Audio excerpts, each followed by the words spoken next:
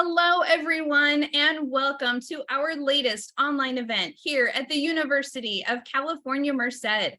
My name is Ricky Hill. I am your e-recruiter here at UC Merced. A very big welcome to you tonight. We are so thrilled to have such a huge crowd joining us, taking some time out of your evening so that we can talk about financing your education as part of our pre-orientation for fall of 2023. So before we get started, let me give you a couple of quick Zoom reminders. If you do need to adjust your audio settings, you can do that in the lower left corner of your screen. Just click that button and make those settings as you see fit.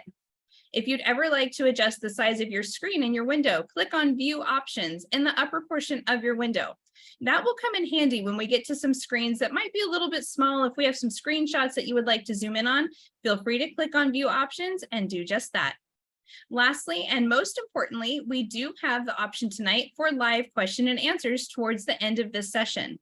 However, we do want to warn you, we have so much fantastic information jam-packed into this program. We don't want you to miss out on something when it's up on your screen. So if you do have questions, you can send those to us, but make sure that you are keeping a close eye on what we are presenting. So I have a feeling we will be proactively getting to some of those questions before you even have a chance to get them answered behind the scenes.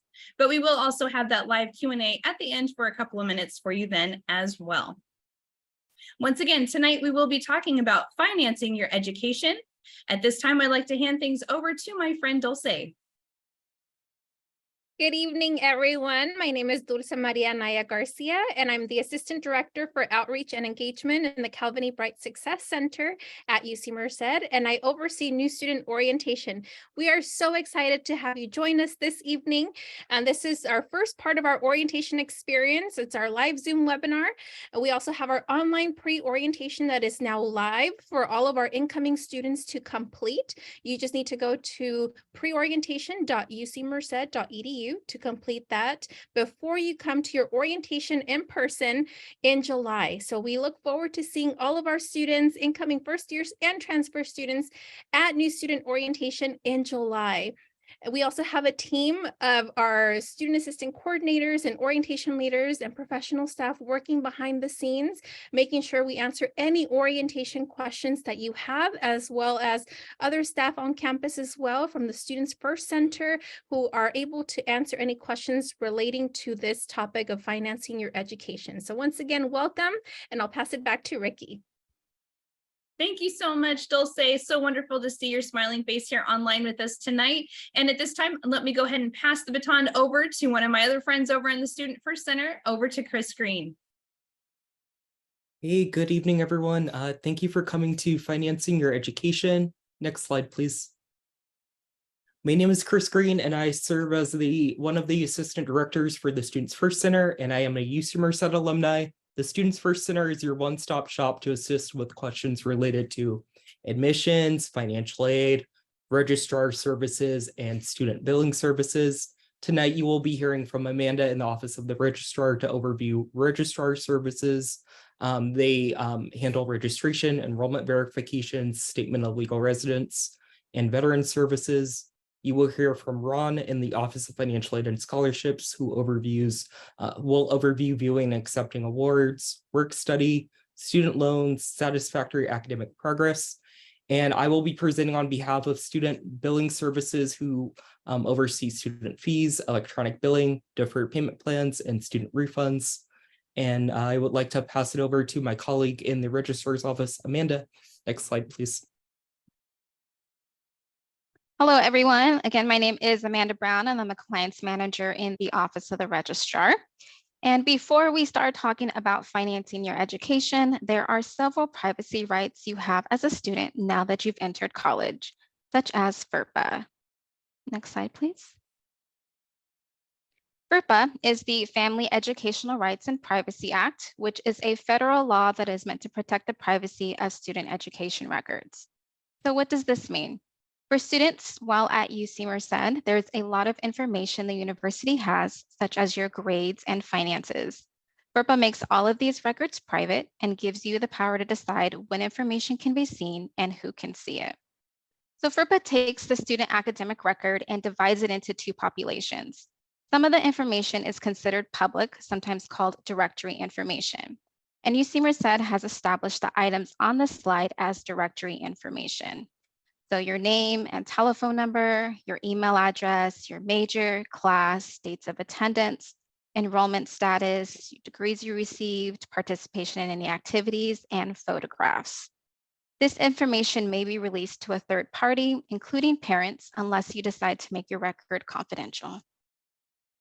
The other side of the academic record is a student account and financial aid, which is protected by FERPA. And as a student, you may decide if you want to grant authorization to your parents or guardian to access information. So to the left, you see the student account. This is where you can view your bill, make a payment, check your refund status, and create a parent PIN. To set up parent access, you can log into your portal and click on My Bill icon and go through the steps of creating a parent PIN, which we will go into more detail later on in this presentation. But without this authorization, Student Business Services cannot provide student account information to anyone other than the student. To the right, you'll see financial aid. So parent authorization to financial aid information can be set up by the student through the UCM checklist. To access this, you'll log into your student portal, and under the student checklist, you'll see a requirement that says release of authorization to parent. Authorization will not give parents access to the portal, but it will allow them to have access to email, phone, and in-person assistance with questions they may have about your financial aid. Now, you'll notice the only thing that you do not see listed here is a student education record. This includes your grades and class schedule. This information is kept private and is only available to the student. So we encourage parents to communicate directly with their student for this information. If you have any questions about FERPA, there is more information on the Registrar website at registrar.ucmerced.edu. Next, I'm going to pass it over to Ron, and he's going to go over the financial aid and scholarship information. Great. Thank you, Amanda. Next slide. So hello, everybody. Hopefully this looks familiar to you. This is a copy of our financial aid offer cover page. I've circled the link to our Connect platform, which I'll talk to you more about in a few minutes. If you have not received a financial aid offer letter yet, it's typically because you need to add our school code to your aid application, and we can put that in the chat for you. If you need further assistance, you can contact our Students First Center, and their contact information will be at the end of this presentation. Next slide. So you can view your financial aid offer online by logging into our Connect platform, click Students, and then navigate to the UCM Net ID, and then click Count Claim and answer the questions to establish your system's access. You only have to do this once, and our system will remember your selection. The Connect platform provides access to campus resources, events, news, etc. It also includes a checklist of all the documents that we need to finalize your financial aid. Next slide. So once you are logged into the Connect portal, you'll see the following icons. I've circled two important icons. One is My Checklist icon, where you can view your checklist items that we need to finish your or complete your financial aid file. And the other is My Financial Aid icon, where you can go in and actually view your award offer. Next slide. So if you click on the My Checklist, you will see items posted for any documents needed by the Student Health Center, Admissions, Registrar, Financial Aid Office to complete your files in those offices. For the Financial Aid Office, if you have tasks to complete, any of the three following items may be added to your Connect checklist. One of them might be create student forms account. It'll be listed with a hyperlink to our student forms system that will require you to create and register your account. This is the first item you should complete, and you will only have to do it once. On the right-hand side is a copy of what the account registration screen looks like once you log into it. It just asks some questions and asks you to register your account. And once you do that, you'll be able to view any student forms tasks that you'll need to complete for verification. such as verification of dependency, citizenship documents, etc. And you may also see verification process items that will be listed, such as parent W-2 forms or student W-2 forms, tax returns, etc., which are documents we may need to complete your verification process. Once you log into the student's form system, it'll tell you exactly what you need.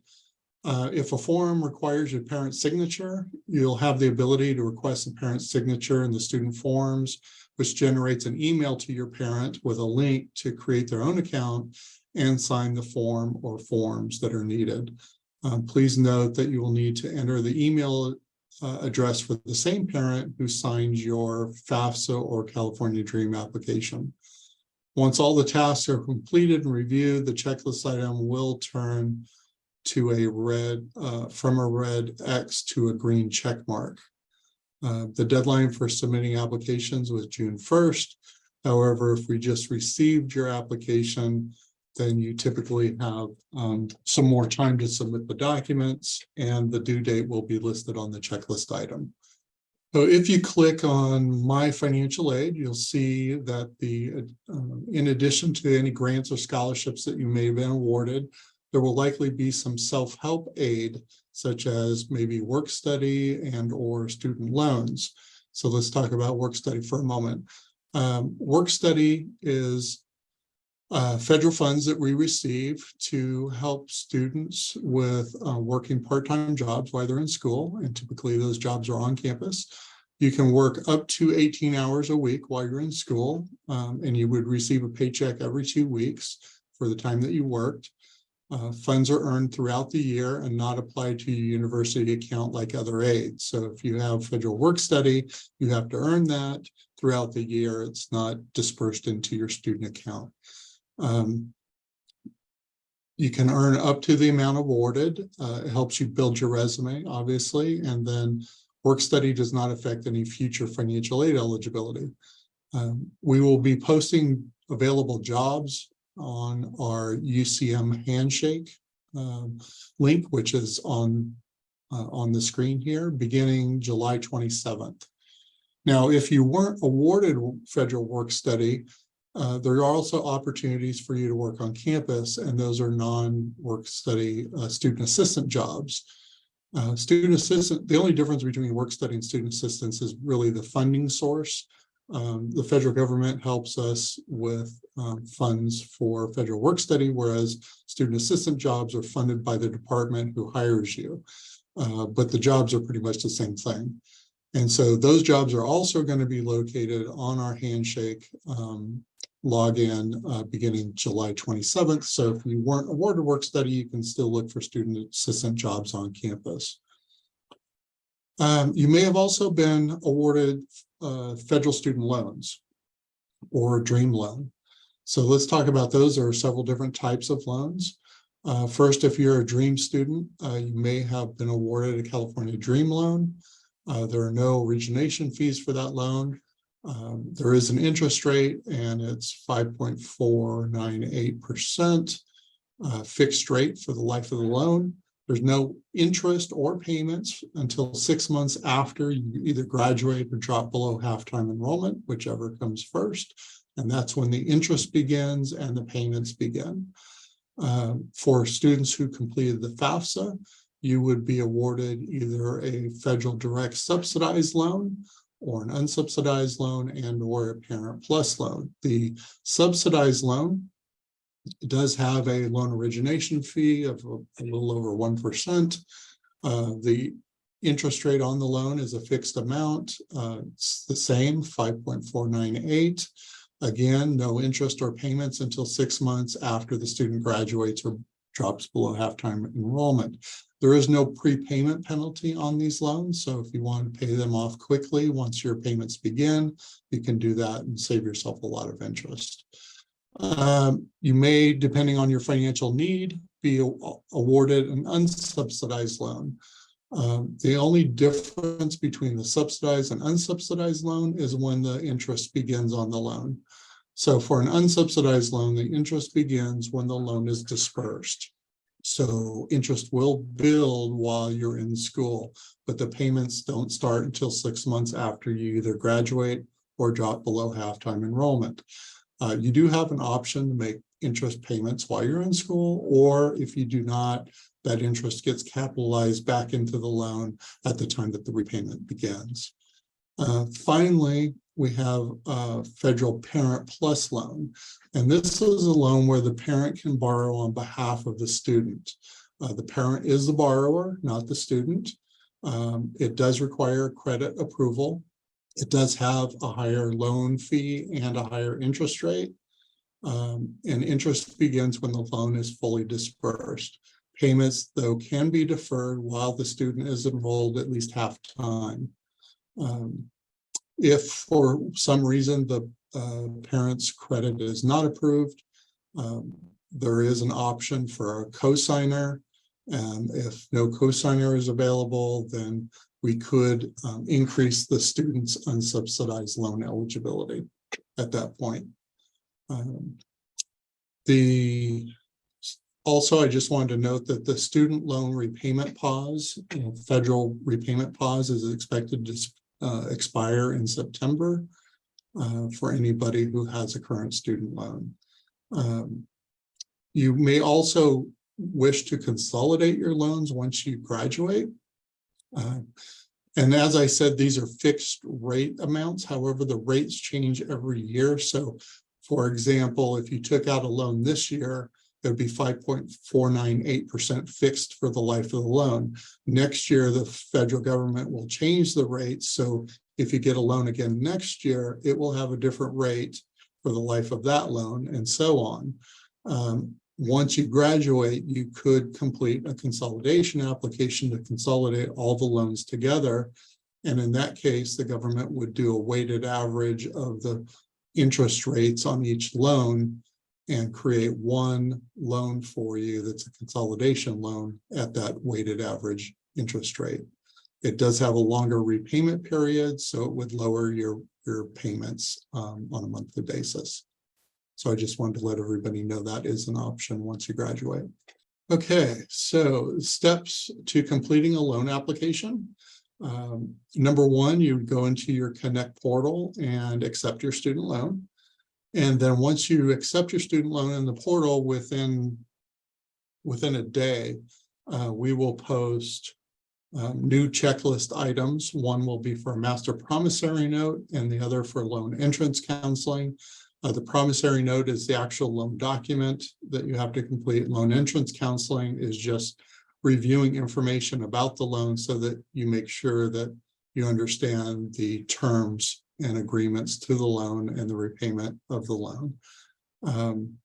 There will be hyperlinks on these requirements, so you just follow the hyperlinks to complete the promissory note and loan entrance counseling. Also make sure that you complete any other checklist items that you may have on your list. The loan processing takes us about 5 to 7 business days and will be dispersed no sooner than 10 calendar days before the beginning of the fall semester. When the government processes your aid application, they select a percentage of applicants for a process called verification, which essentially means the school must verify that the data that you entered on your application is accurate.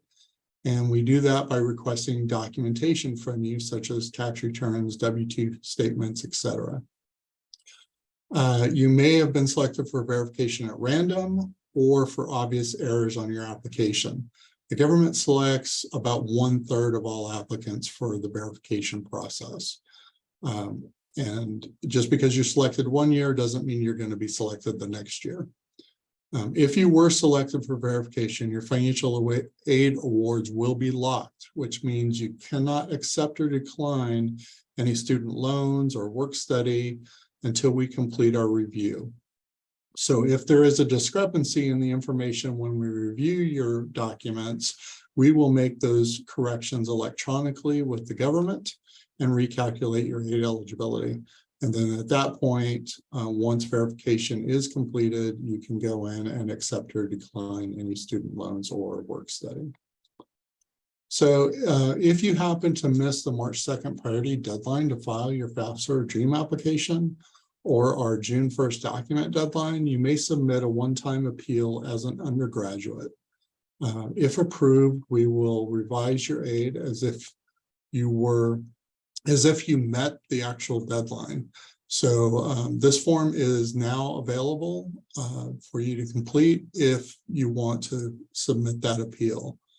The FAFSA and DREAM application also asks for prior year tax information. We realize that your household income may have changed since then. So if you've experienced a recent loss of income, parent separation, divorce since filing your application, or you have a one-time payment received temporarily inflating your income, you may complete a special circumstance request. And this form is also available on our website.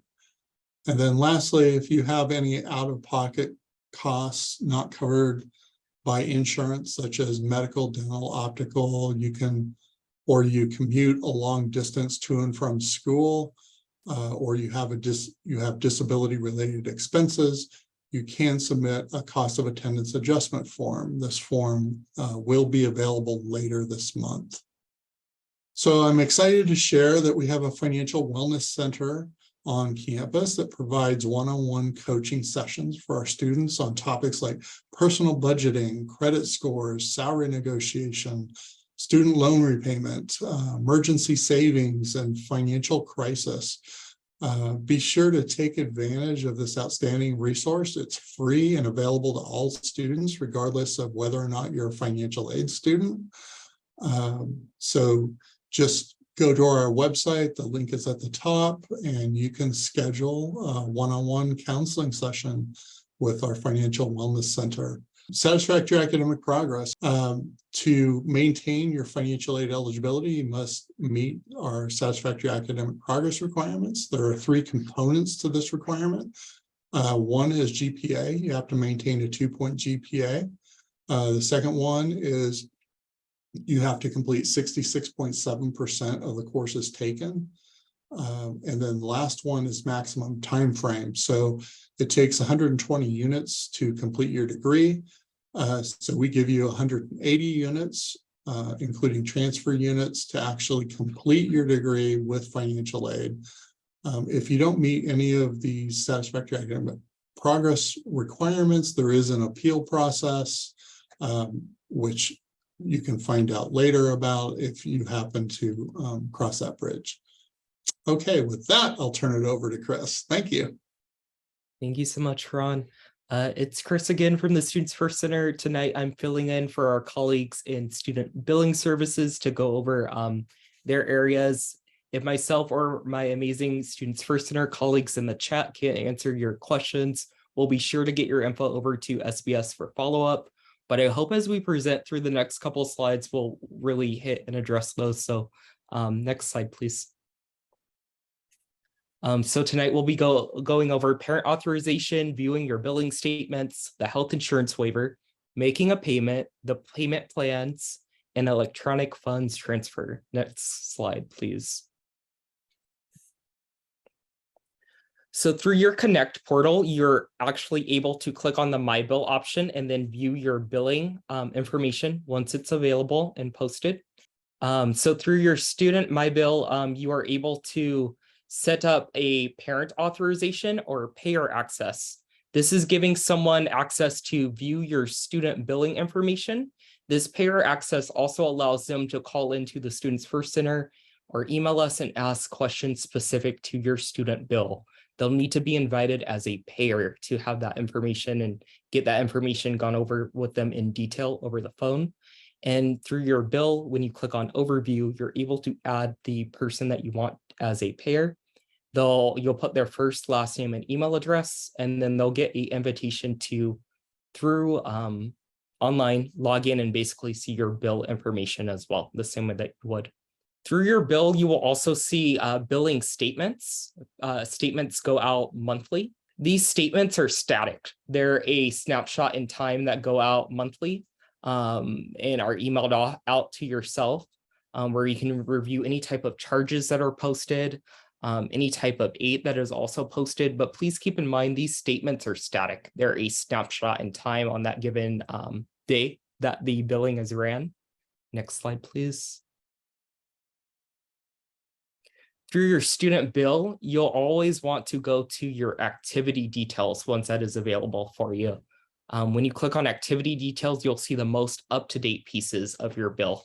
So this is what your activity details will look like. You'll see your current charges and payments, any authorized aid, and as well as any possible total amount due.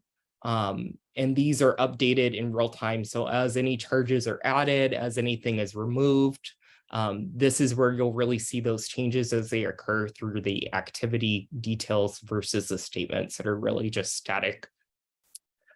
So all UC students are required to have a type of major health insurance coverage. So students are automatically enrolled in the UC Student Health Insurance Plan, UC SHIP, each year.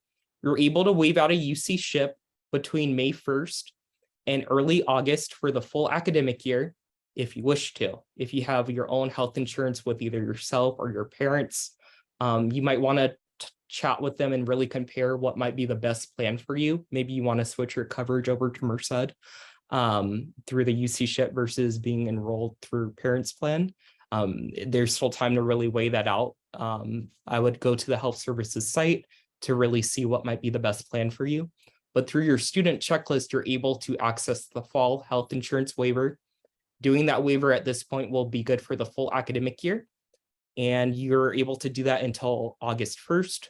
In the event that you don't waive for the full academic year, you're also able to waive for the spring/summer terms. It'll reopen November 12th and then close January 8th. But if you do have a waiver in, it would be good for the full academic year.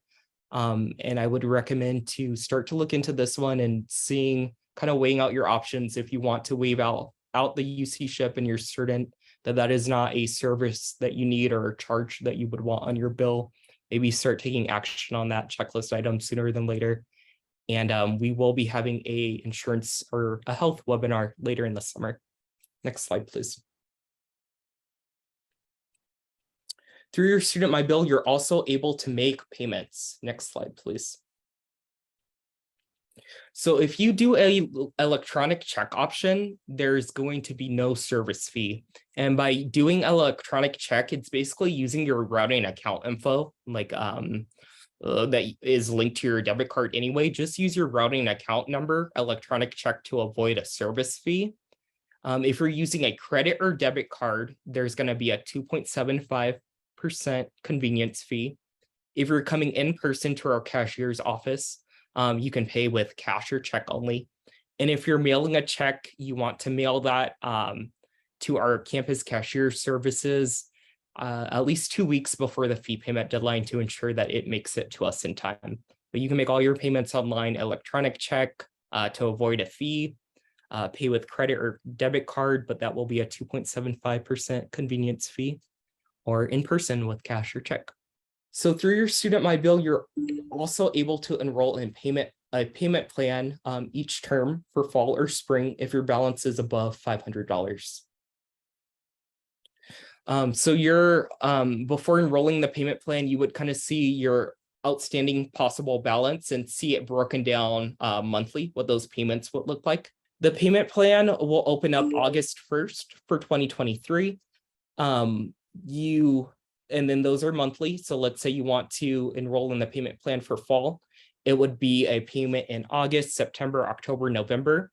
There's a $40 participation fee per semester that you may want to enroll in the payment plan. We don't assume that you're going to re-enroll. You have to re-enroll each fall or spring term that you may want to be a part of the plan. And so enrollment in fall DPP opens up on August 1st. When you're ready to make the first installment or 1/4 payment on your bill, you'll enroll through your Student My Bill and pay that $40 activation fee on your August installment. And then your remaining installments would be divided among the other 4 months of the semester, September, October, November. And you'll pay your first installment and the DPP participation fee at the time that you enroll.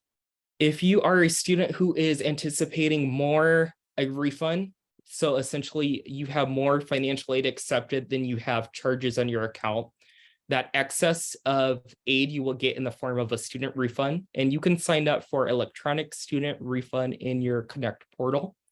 This is conveniently going to let that refund go directly to your banking account instead of waiting for a check to be mailed to the address on file.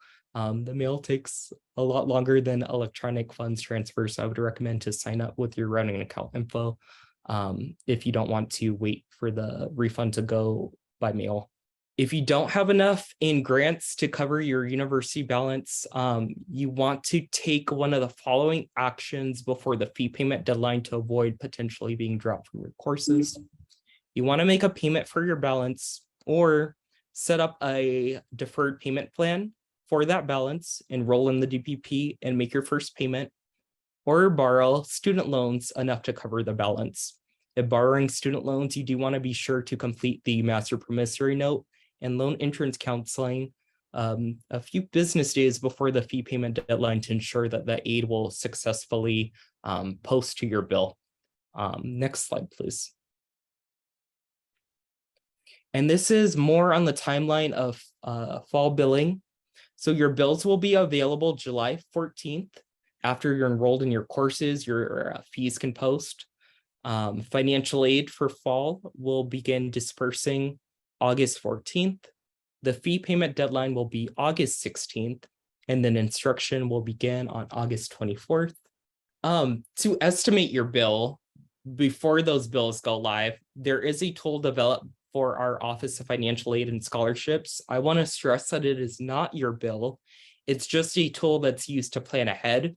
You can log into something called our direct cost worksheet to help estimate what you may pay to determine if you potentially may need to utilize some of your loan options to help with your balance.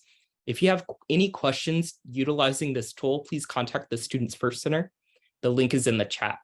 Your actual direct cost might vary depending on whether you live on campus or not, what housing or meal plan you may select, but that direct cost worksheet is a good tool to help estimate and envision what your direct costs would look like and how your aid may apply to those. But again, if you have any specific questions on your own direct cost worksheet, please contact the Students First Center. We can help walk you through kind of estimating your bill in that process. As mentioned earlier, the Students First Center is your one-stop shop for admissions, financial aid, registrar services, and billing. So if you don't know where to start, the Students First Center is always a great place. If we can't answer your questions, we'll help you find the appropriate resource. And our contact options are going in the chat. I do also recommend you follow our Rufus Bobcat on social media. Rufus tweets out dates and deadlines, campus events, and tips for students to be successful. And so you can call us. You should save our number. It's 209-228-7178. We're open Monday through Thursday, 8:30 to 4:30, and Fridays we're open 8:30 to 3. You can schedule a virtual appointment with us. We have 15-minute virtual appointments Monday through Thursday, 4 to 5 with our staff members. You can join our virtual drop-in window and get assisted by our amazing student team late night. Monday through Thursday, they're open 1 to 9 p.m. For late night service currently. You can email us studentsfirst@ucmerced.edu. If you have a quick non-account specific question, you can chat with us Monday through Thursday, 8:30 to 4:30, and Fridays, 8:30 to 3. They close at noon from 1 for lunch. And we have in-person services Monday through Thursday, 8:30 to 4:30, and Fridays, 8:30 to 3 in the administration building right next to the Welcome Center and the bookstore. And again, congrats and welcome to the Bobcat family. We're excited to see you hopefully at orientation this summer, and we have some time for questions. Fantastic. Thank you so much, Chris and Ron, Amanda, and Dulce for that fantastic and jam-packed presentation tonight. We are really close to the end of our event here, but we do actually still have some time for a couple of questions. So perfect timing, everybody. So the first one I'd like to toss out has to do with the deferred payment plan. I've been monitoring those incoming questions, and we've just had some folks ask us if we can kind of do a quick recap of that, how they need to sign up, and when those deadlines are. And I'll go ahead and drop into chat. I have something there, a link for everyone too. Yeah, so enrollment in the deferred payment plan will open up August 1st. At that point, you are able to make your first payment if your balance is over $500 through your student My Bill. you want to enroll in the deferred payment plan or make your first payment by the fee payment deadline of August 16th.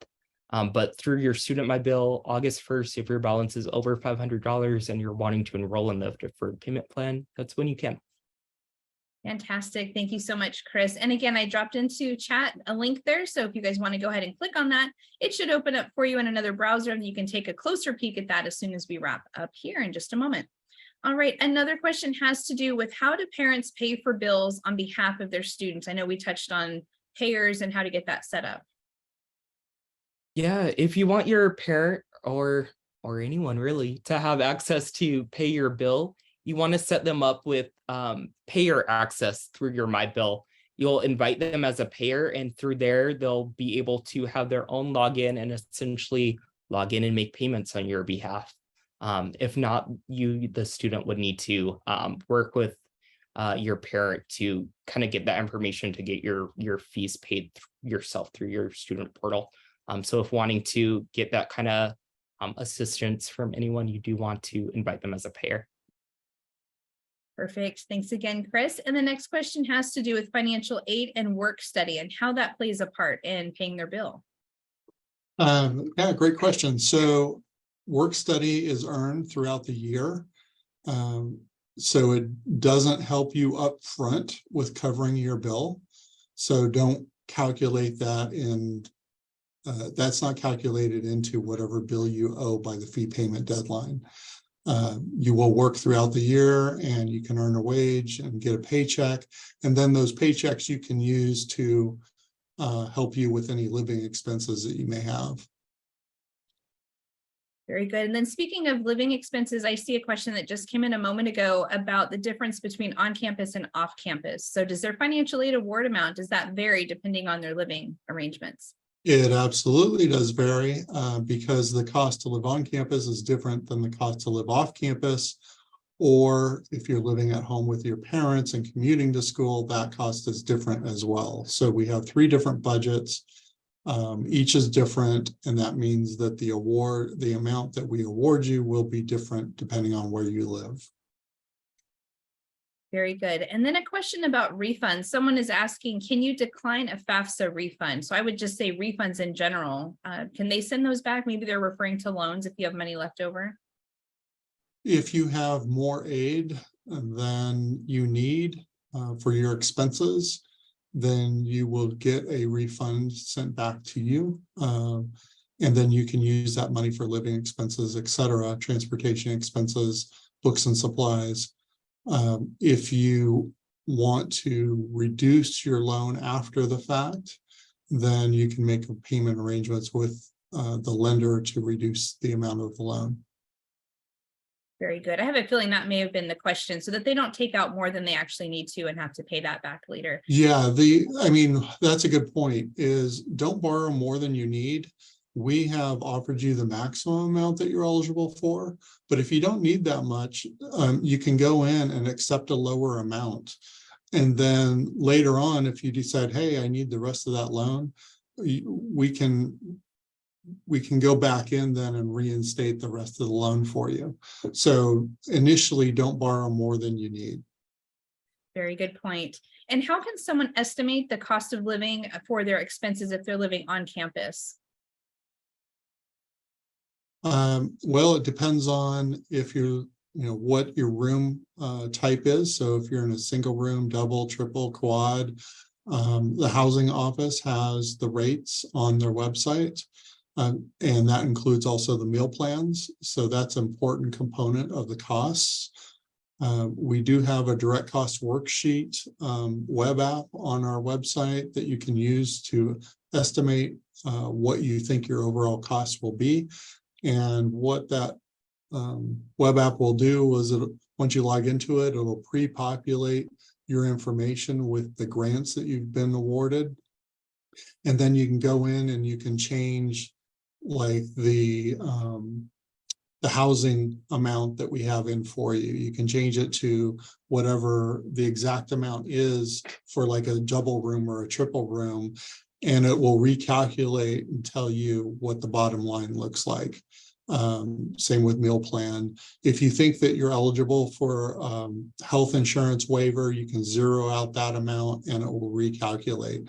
It's just like Chris said, it's just a way to help you kind of get a good or a better estimate of what your actual costs are going to be. So it's called the direct cost worksheet. And if you just Google that on our website, you'll find it. Very good. Thank you so much, Ron and Chris, for hopping on screen with me. We do have one final question tonight. I'd like to invite Dulce on for this one. Are all orientations, do they all have to be in person on campus, or can some of them be on Zoom? What options do they have? Great question, and thank you for asking it. Yes, all of our orientations will be in person in July, starting July 7th through July 29th. Some of our orientation sessions are already closed, meaning they're at max capacity. However, if there was an orientation that you really wanted to attend, sometimes Saturdays tend to work better for people. Keep checking the website, because sometimes people move from one orientation to the next. And so there may still be an opportunity for you to sign up for a Saturday orientation if that is your preference. However, with that being said, all of our 8 orientations this upcoming summer in July will be in person. For those students who are unable to attend any of the 8 orientation sessions in person in July, we will have an alternate experience for you. It's called Launch, and it'll take place right after move-in day. So Launch is our orientation alternative program. It'll be a more condensed session, and it'll be for students who are unable to attend the in-person orientation session in July. So more information on that will be included in the chat. So for those of you who are not able to attend orientation in July, please know that that is an option for you. But for everyone, orientation will be required in person. Thank you. Thank you so much, Dulce. What a wonderful way to wrap up this pre-orientation event, focusing on financing your education for the fall of 2023. I have a couple of updates for myself as well I'd like to share with you. One of them being, if you asked a question tonight and we haven't quite gotten to it yet because this was such a jam-packed presentation, you can still, by all means, reach out to the Students First Center. Now, if you look over into your chat box, we have been dropping links throughout this event. Go ahead and scroll back through here before we do wrap up with you. Start clicking on those links. And I know one of them did have the phone number, probably an email address and website of all of those great ways that you can reach out to our friends in the Students First Center, your one-stop shop to answer pretty much any question that you have. And I guarantee you, if they don't have the answer, they will know who can answer that for you, and they will get you directed over there. So don't worry if your question didn't get answered, reach out to the SFC and they will get back to you and help you out there. Something else, just as a quick reminder, we did record this session tonight, and it will be made available to you on a website that we will get linked over into the chat box for you as well. You will also find on that website other links for instant on-demand replays for past events, as well as upcoming events that you can click on, get registered, and show up just like you did tonight and see all of our happy faces here, getting to meet you virtually before we get a chance to see you at orientation or a campus tour. Another critical bit of info, make sure that you are checking your email. Check that email on a regular basis. And at this point of the year, go ahead and check your UC Merced email account as well as your personal account. If you have something else, maybe it's a Gmail or some other type of email address, make sure that you are keeping up on both of those. However, as we get closer and actually into the start of the school year, we will not use your personal email address any longer. Everything will be exclusively sent to your UC Merced email address. So please make sure you are just implementing that into your day, and maybe over breakfast, you're checking that on your smartphone to make sure that you are not missing out on any fantastic opportunities that we are sending out to you, even replays of events such as this one that you just attended tonight live. So once again, check your email, take a look at that chat box, start clicking on those links, and make sure that you get yourself signed up for some of these other upcoming events. This has been so much fun meeting you this way tonight, and a big thank you to all of my colleagues who have presented this evening. And thank you all so much for joining us. We can hardly wait to meet you when you come to orientation or a campus tour. And of course, when you start your wonderful classes with us in the fall, becoming a part of our Bobcat family. Thank you so much for joining us. We will see you soon. Take care.